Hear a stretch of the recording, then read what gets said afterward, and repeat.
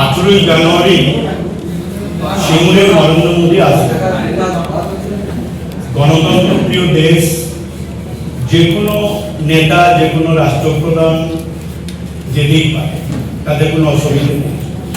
কিন্তু দুঃখের বিষয় হচ্ছে যে নরেন্দ্র মোদী তিনি সংবিধানের শপথ করেছেন সমস্ত আইন মানা।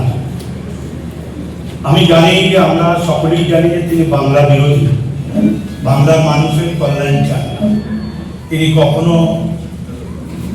মানুষের নোটবন্দির নামে লাইনে দাঁড় করিয়েছেন, ব্যাংকের বইয়ের সাথে আধার কার্ডের যোগের জন্য লাইনে দাঁড়িয়েছেন, গ্যাসের কার্ডের সংযোগে আধার কার্ডের সংযোগের জন্য লাইনে দাঁড় করিয়েছেন, আবার এসআইআর নিয়েও লাইনে দাঁড় করিয়েছেন। প্রায় 200 জনের উপর মারা গেছে। কিন্তু দুর্ভাগ্য, সিঙ্গুরের বুকে যে সেবা করতে আসছেন, যে সভা জমি যার যে জায়গায়, সেই জমি কোনো পারমিশন নেওয়া হয়নি। এ ব্যাপারে জমি মালিকরা সিঙ্গুর বিডিও এবং সিঙ্গুর থানাকে জানিয়েছেন প্রয়োজনীয় ব্যবস্থা নেওয়ার জন্য। আমাদের আক্ষেপ এটাই যে সিঙ্গুরে যে কেউ আসতে পারে, এর আগে অনেকে এসেছে, কিন্তু তারা সকলেই নিয়ম মেনে নিয়েছে। কিন্তু দুঃখের বিষয়, এদেশের প্রধানমন্ত্রী তিনি ল্যান্ড ওনারকে পারমিশন না নিয়ে যেভাবে সভা করতে আসছেন, সেটা সম্পূর্ণ অনৈতিক।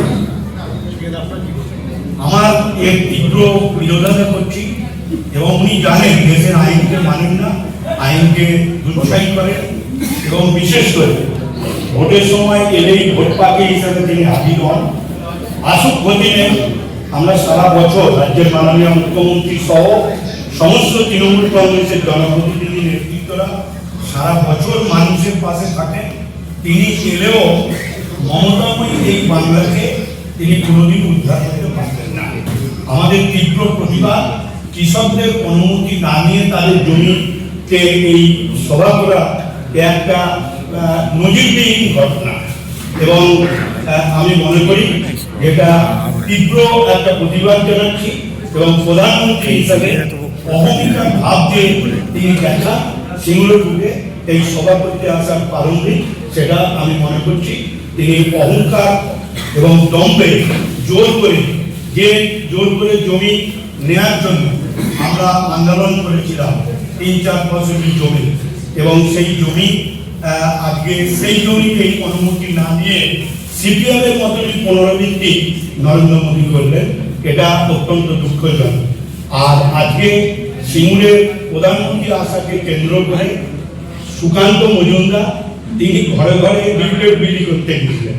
কারো বাড়িতে যাননি, যাওয়ার সাহসও তাদের নেই, তারা রাস্তায় দাঁড়িয়ে লিফলেট বিলি করেছে এবং তিনি বলেছেন যে ক্ষমতায় এলে তিনি নাকি শিল্প করবেন।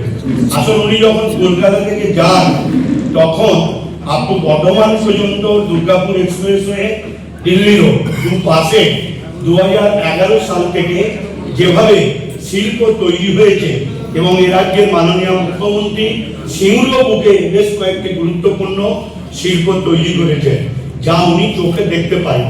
আমার মনে হয় যে হয় চোখের একটি দোষ আছে, তিনি যদি ভালো চক্ষু চিকিৎসকের দ্বারা পরীক্ষা করে যদি তাহলে কিন্তু এই শিল্প যে হয়েছে এটা তিনি দেখতে পারেন। আর উনি বলেছেন যে বেচারাম মান্না গুন্ডা, এটা এবং কারখানার মালিকদের সাথে তোলা নেওয়ার জন্য কারখানার মালিকরা আসছে না।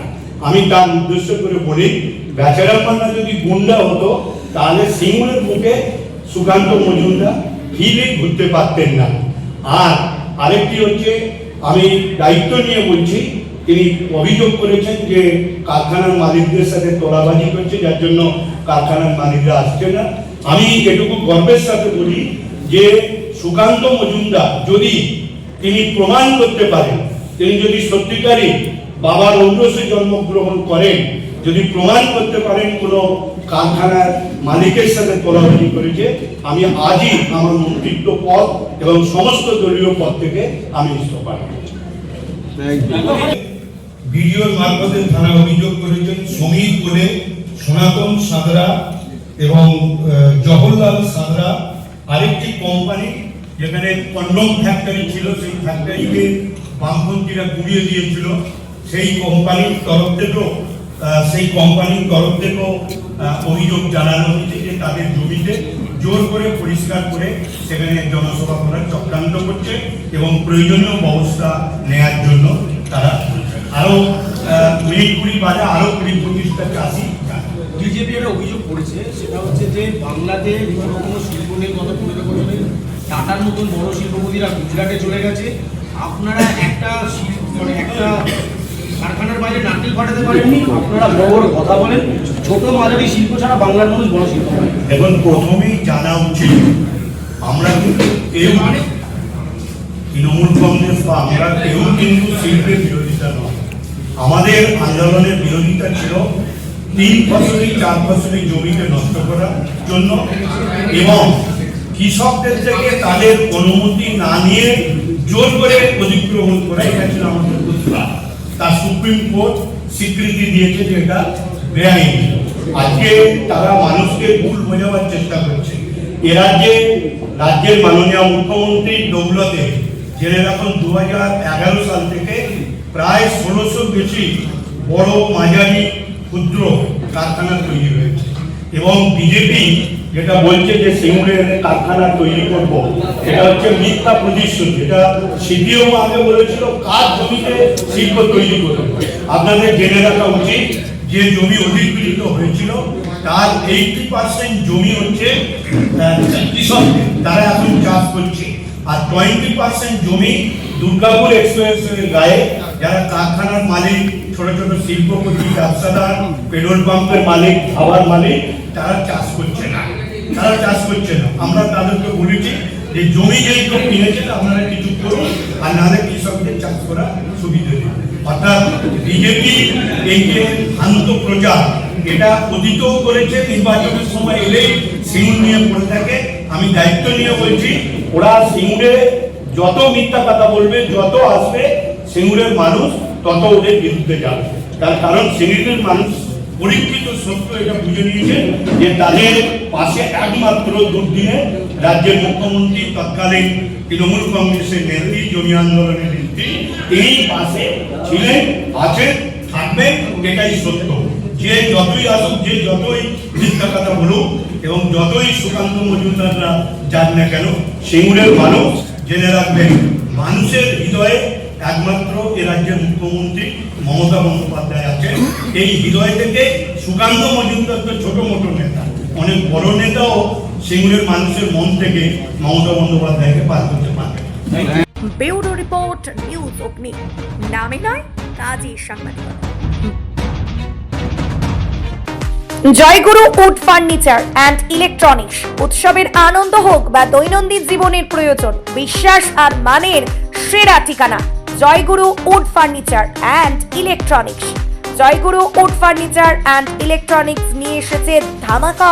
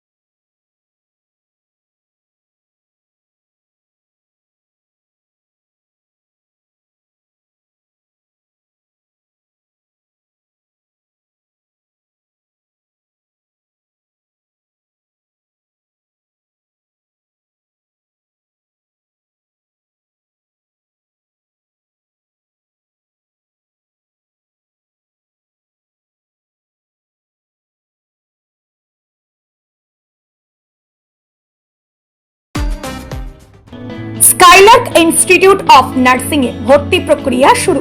2025 থেকে 26 শিক্ষাবর্ষে নতুন সুযোগ। নার্সিং শিক্ষায় কেরিয়ার গড়তে ইচ্ছুক ছাত্রছাত্রীদের জন্য বড় সুখবর।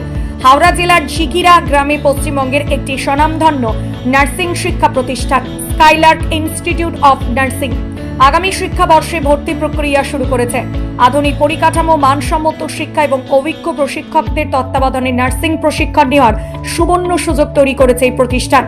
এই ইনস্টিটিউটটি একাধিক সরকারি সংস্থার অনুমোদন প্রাপ্ত। WBUHS West Bengal university of health sciences, INC Indian nursing council, WBNC West Bengal nursing council এগুলি থেকে অনুমোদন পাওয়া মানে শিক্ষার মান, পাঠ্যক্রম এবং প্রশিক্ষণ পদ্ধতি সরকারি মানদণ্ড মেনে চলা, যা ভবিষ্যতের চাকরির ক্ষেত্রে বিশেষভাবে সহায়ক। 5 বছরের অভিজ্ঞতা ও 2টি ব্যাচ সাফল্যের সঙ্গে কর্মে নিয়োজিত হয়েছে এই প্রতিষ্ঠান থেকে। যে কোর্সগুলোতে ভর্তি চলছে: 1 GNM, 2 BSc।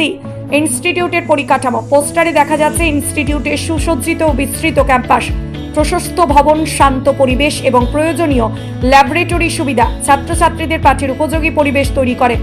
এছাড়াও নার্সিং ড্রেস পরিহিত এক শিক্ষার্থীর ছবিও রয়েছে, যা পেশাগত প্রস্তুতির প্রতীক হিসাবে ব্যবহার করা হয়েছে। ভর্তি সংক্রান্ত তথ্য: 2026 শিক্ষাবর্ষের জন্য অ্যাডমিশন ওপেন। আগ্রহী ছাত্রছাত্রীরা 9907364440 নাম্বারে যোগাযোগ করতে বিস্তারিত জানতে পারবেন। নার্সিং শিক্ষায় কেরিয়ার গঠনে ইচ্ছুক ছাত্রছাত্রীদের জন্য এটি একটি অত্যন্ত উপযোগী সুযোগ বলে জানান বিশিষ্ট চিকিৎসক।